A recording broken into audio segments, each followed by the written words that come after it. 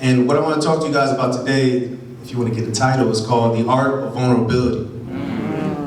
Right.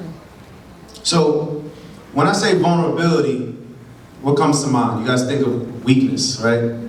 Being exposed. So the actual definition of the word is capable of being hurt and wounded, open to attack, exposed, in need of personal care because of age, disability, and risk of abuse. Now, a lot of those things, especially in our culture today, is frowned upon. Especially men, we don't want to act like we don't know where we're going if we're on the road. We don't want to be vulnerable. I got any directions? Nah, I'm good. I know where I'm at. Lost 25 minutes later. It's a sense of transparency that it's us, especially as the church, need to show. Amen.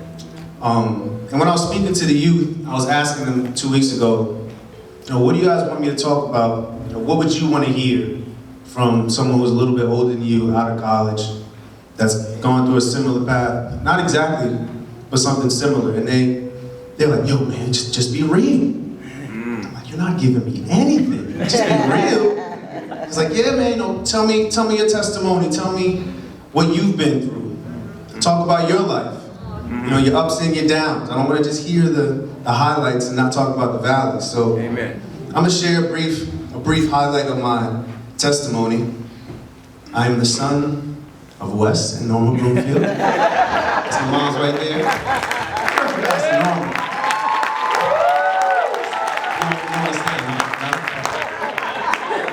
I got a little bit of that in me, like a mix of both of them. But at an early age, the age of 5,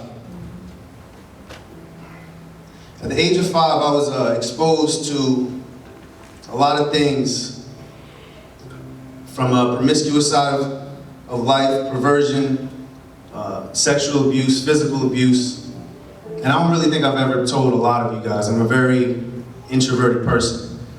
But what that did over the span of my life is that it kept me inward. I didn't trust a lot of people. I refused to make myself vulnerable to the capability of being hurt. I didn't want to be hurt, no need to be exposed to that level. So that kind of was a bag that I carried. That was baggage that I held on for a brief, a long period of my life, actually, to keep it 100.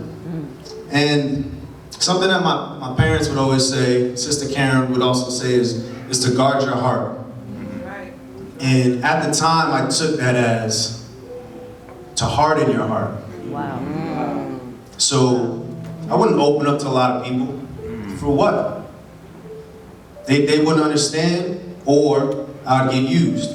So I kept everything at a distance. And that kind of followed me through high school, friendships, relationships. People would like me, they'd like to be around, but there'd be more acquaintances. And a lot of that might have been on my end for not being able to open up fully.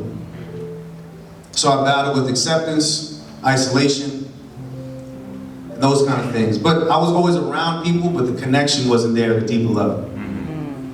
So I couldn't be vulnerable. Say vulnerable. Vulnerable.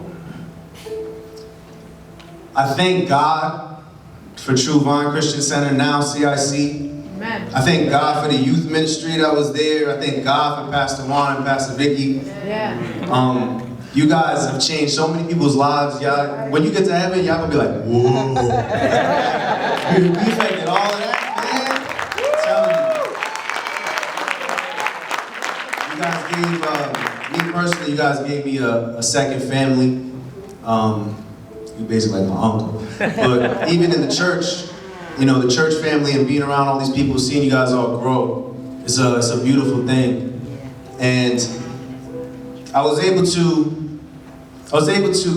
really get to know myself at a deeper level, even though I wasn't connecting with other people as much outside. I turned to God to say, listen, Lord, I want you to make something beautiful out of this mess that's within me that I'm not sharing with everybody else.